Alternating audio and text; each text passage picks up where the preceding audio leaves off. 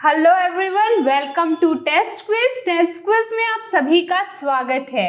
आज मैं आपके लिए लेके आई हूँ एक बहुत ही इम्पोर्टेंट टॉपिक जो मैथ्स का ऐसा टॉपिक है जिससे सारे एग्जाम्स में क्वेश्चंस पूछे जाते हैं और आपके एग्जाम के लिए भी ये बहुत ही इम्पोर्टेंट टॉपिक है। और वो टॉपिक है साधारण ब्याज और चक्रवृद्धि ब्याज, जिसे हम कहें कि सिंपल इंटरेस्ट और कंपाउंड इंटरेस्ट। जैसा कि आपको पता है कि मैथ्स में हमें बहुत सारे टॉपिक से क्वेश्चंस मिलते हैं, ठीक है, बिल्कुल मिलते हैं, लेकिन जो भी एग्जाम हो उसमें हमें इस टॉपिक से क्वेश्चंस हमें देखने को ही मिलेगा, ठीक है। तो ये जो टॉपिक है हमारे लिए बहुत ही इंपॉर्टेंट हो जाता है। हमें इस टॉपिक को बिल्कुल भी मिस आउट नहीं करना है, इस टॉपिक को समझना है और इसके सारे क्वेश्चंस को हमको सही डील करके आना है, ठीक है। तो हम स्टार्ट करेंगे साधारण ब्याज और चक्रवृद्धि ब्याज को, सिंपल इंटरेस्ट और कंपाउंड इंटरेस्ट को। लेकिन उससे पहले मैं यहाँ पर कोई भी आपको डेफिनेशन, ठीक है, और मैं आपको कोई फॉर्मूला या फिर ये आज की क्लास में तो बिल्कुल भी नहीं बताने वाली हूँ।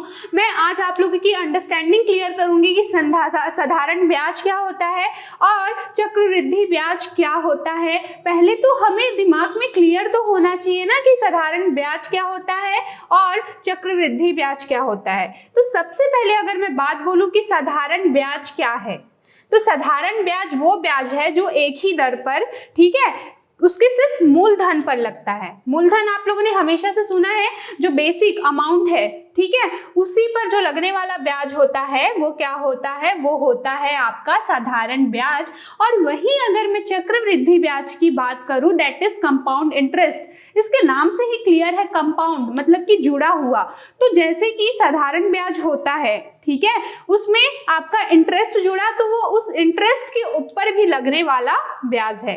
शायद ही मेरी बातों से आप लोगों को क्लियर नहीं हुआ, तो हम इसको क्लियर करेंगे एग्जाम्पल से, ठीक है। तो चलिए स्टार्ट करते हैं। तो सपोज राम है, उसने 1000 रुपये, राम ने 1000 रुपये 10% की दर से, ये क्या है, 10% की दर से 10% की दर से 3 वर्ष के लिए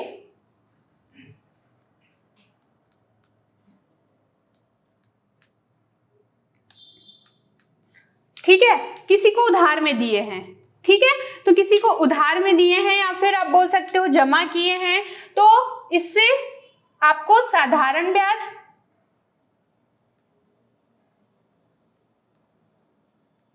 और इससे ही आपको, मैं ये क्लियर करेंगे, हम लोग डिफरेंस देखेंगे कि साधारण ब्याज और इसमें क्या अंतर है, ठीक है। तो साधारण ब्याज और चक्रवृद्धि ब्याज आपको निकालना है, ठीक है। क्या होगा ये बताना है। अगर 1000 रुपए की दर से 10% के लिए 3 वर्ष के लिए साधारण ब्याज भी बताइए और चक्रवृद्धि ब्याज भी बताइए। तो सबसे पहली बात कि साधारण ब्याज अगर आप लोगों को निकालना है, ठीक है, इसको मैं बोलूंगी सिंपल इंटरेस्ट। अगर ये आपको निकालना है तो ये पूरे सारे ईयर के लिए सेम होता है, ठीक है। इसमें आपको, चाहे वो आपको पहला वर्ष हो, दूसरा वर्ष हो, तीसरा वर्ष हो, 10% 1000 का कितना होगा, 100 रुपए होगा, है ना। तो 100 रुपए होगा तो पहले वर्ष भी 100 रुपए, दूसरे वर्ष भी 100 रुपए और तीसरे वर्ष भी 100 रुपए। इस तरह से इसका टोटल ब्याज जो है वो 300 रुपए आएगा। और इसी को आप पढ़ते हैं फॉर्मूले से, P into R into T/100। तो ये जो P है वो क्या है, ये आपका प्रिंसिपल वैल्यू है जिसे हम मूलधन कहते हैं। ये जो R है इसे हम दर कहते हैं, ठीक है, रेट है। और T फॉर है टाइम, जो कि आपका 3 वर्ष है। और ये जो है 100, इससे आपके सिंपल इंटरेस्ट की वैल्यू निकल जाएगी, ठीक है। चलिए निकालते हैं 3 वर्ष के लिए सिंपल इंटरेस्ट की वैल्यू क्या है। तो 1000, इसका आप निकालेंगे 10% और वो भी कितने महीने, कितने साल के लिए, तो 3 साल के लिए। और ये हो गया 100। ये 0 से ये 0 कैंसिल, ये 0 से ये 0 कैंसिल, ठीक है। ये मैंने ये 0 से ये 0 ये 0 बचा हुआ है, ठीक है। तो ये 10 10 100 और 100 3 300 रुपीज। मतलब कि 3 साल में उस 1000 रुपए पे आपको 300 रुपए का ब्याज मिलने वाला है, ठीक है। और अगर हम वही बात करें कि चक्रवृद्धि ब्याज पे, कंपाउंड इंटरेस्ट पे आपको कितना रुपए मिलेगा, तो इसे ऐसे समझते हैं, चक्रवृद्धि ब्याज, ठीक है। तो जैसे कि अमाउंट है 1000 रुपए का, ठीक है, 1000 रुपए का अमाउंट है, तो पहले वर्ष में अगर 10% की दर से 1000 रुपए का कितना रुपए होगा, 10,000 का 10% निकाल लीजिए, सॉरी 1000 का 10% निकाल लीजिए, 10/100, ठीक है। कभी भी कोई भी वैल्यू का 10% निकालना है ना, तो उसको 10 से डिवाइड करना है, समझिए, क्योंकि देखो ये 0 और ये 0 तो हो गया कैंसिल, 10 से ही डिवाइड कर रहे हो, मतलब कि 100, ठीक है। तो 1000 रुपए का कितना रुपए बन गया ब्याज, ये बन गया आपका 100 रुपए। यहाँ पे आपको सिंपल इंटरेस्ट भी दिखते जाएगा, ठीक है। अब इसके बाद ये पहले वर्ष में, ये हम चक्रवृद्धि ब्याज निकाल रहे हैं, पहले वर्ष में ये जो है आपका ब्याज जो है, ये आपका कंपाउंड इंटरेस्ट यहाँ पर हम लिखते जाएंगे। और यहाँ पे मूलधन की जो राशि है, क्योंकि जो आपका साधारण ब्याज है वो एक ही प्रिंसिपल वैल्यू पर, एक ही मूलधन पर लगता है, और जो चक्रवृद्धि ब्याज है वो ये ब्याज जुड़कर उस पे ब्याज लगता है। कैसे समझते हैं, जैसे एक वर्ष पे हमें कितना रुपए मिल गया, 100 रुपए चक्रवृद्धि ब्याज मिला है, ठीक है। अब ये जो 100 रुपए है वो 1000 पे जुड़ जाएगा, और आपका जो मूलधन की वैल्यू है या फिर जो प्रिंसिपल वैल्यू है, ठीक है, इसको हम बोलते हैं मूलधन, या फिर इसे हम कहेंगे प्रिंसिपल वैल्यू, ये कितनी हो जाएगी, ये हो गई 1100 रुपए, ठीक है। क्या किया मैंने, चुपचाप ब्याज को ऐड कर दिया, पहले साल में आपका अमाउंट हो गया 1100 रुपए, ठीक है। अब क्या होगा, अब जो ब्याज लगेगा, अगर अब साधारण ब्याज लगता तो वो इसी दर पे 1000 पर ही लगता, 100 रुपए ही होता, लेकिन चक्रवृद्धि ब्याज वो ब्याज है जो मूलधन के अलावा उसके ब्याज पर भी लगता है, मतलब कि जो नया मूलधन बना है उस पर लगने वाला ब्याज है वो होता है चक्रवृद्धि ब्याज।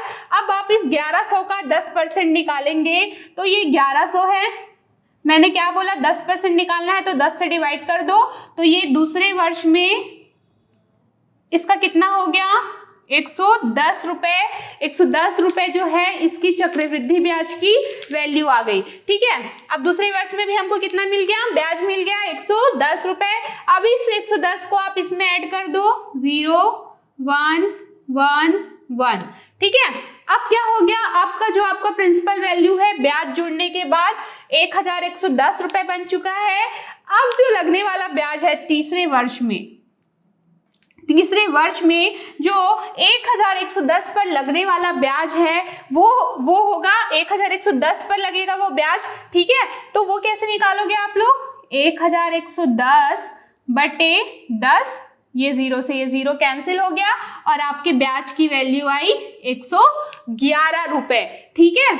और ये अमाउंट कितना हो जाएगा फिर आपको 1, ठीक है, ये 2, 1 + 1 2 और ये 2 और ये हो गया 1221 रुपए, ठीक है।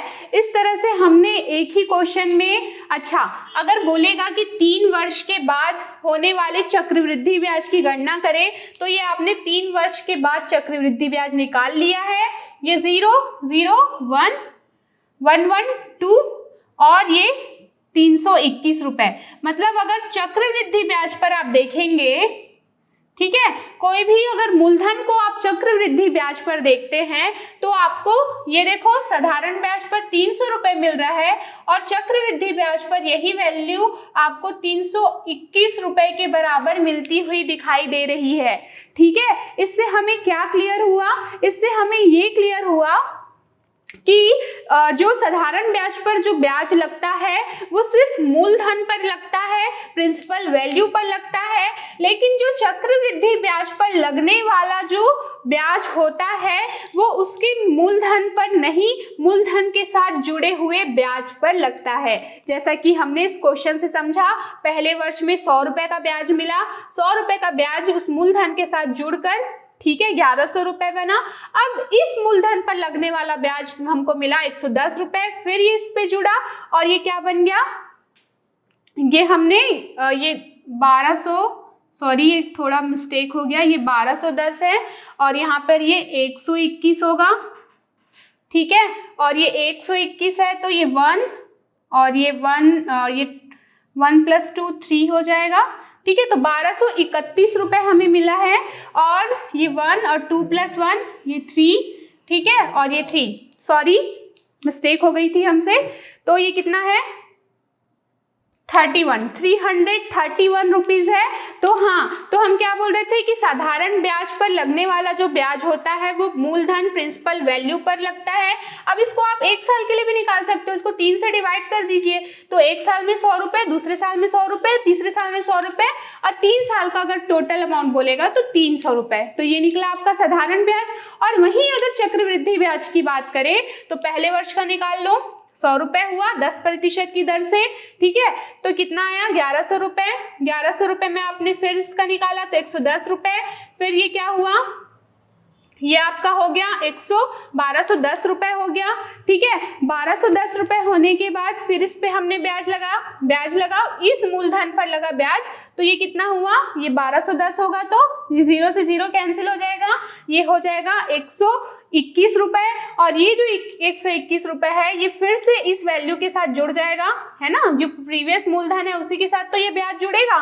तो ये 1 का 1, 2 + 1 3, 1 + 2, ये क्या हुआ यहाँ पे, ये 1 का 1 हुआ, 2 + 1 3 हुआ और ये 1 और 1 + 2 ये 1331 रुपीज हुआ, ठीक है। तो इस तरह से हमने क्या देखा, जो आपका 1000 का अमाउंट है वो 1331 रुपए हो गया है, मतलब कि 331 रुपए का आपको यहाँ पर ब्याज में प्रॉफिट देखने को मिल रहा है। तो इस तरह से आपको क्लियर हुआ कि साधारण ब्याज क्या होता है। साधारण ब्याज जो होता है जो मूलधन पर लगने वाला ब्याज होता है, और चक्रवृद्धि ब्याज वो ब्याज होता है जो मूलधन के साथ उसके ब्याज पे भी लगने वाला ब्याज होता है, ठीक है। इस तरह से आज की क्लास में हमने सीखा कि सिंपल इंटरेस्ट और कंपाउंड जो इंटरेस्ट है उसका बेसिक कॉन्सेप्ट क्या है। आई होप ये क्लास आप लोगों को क्लियर हुई। मिलते हैं अगले क्लास में इसके कुछ और वैरायटी ऑफ क्वेश्चन के साथ।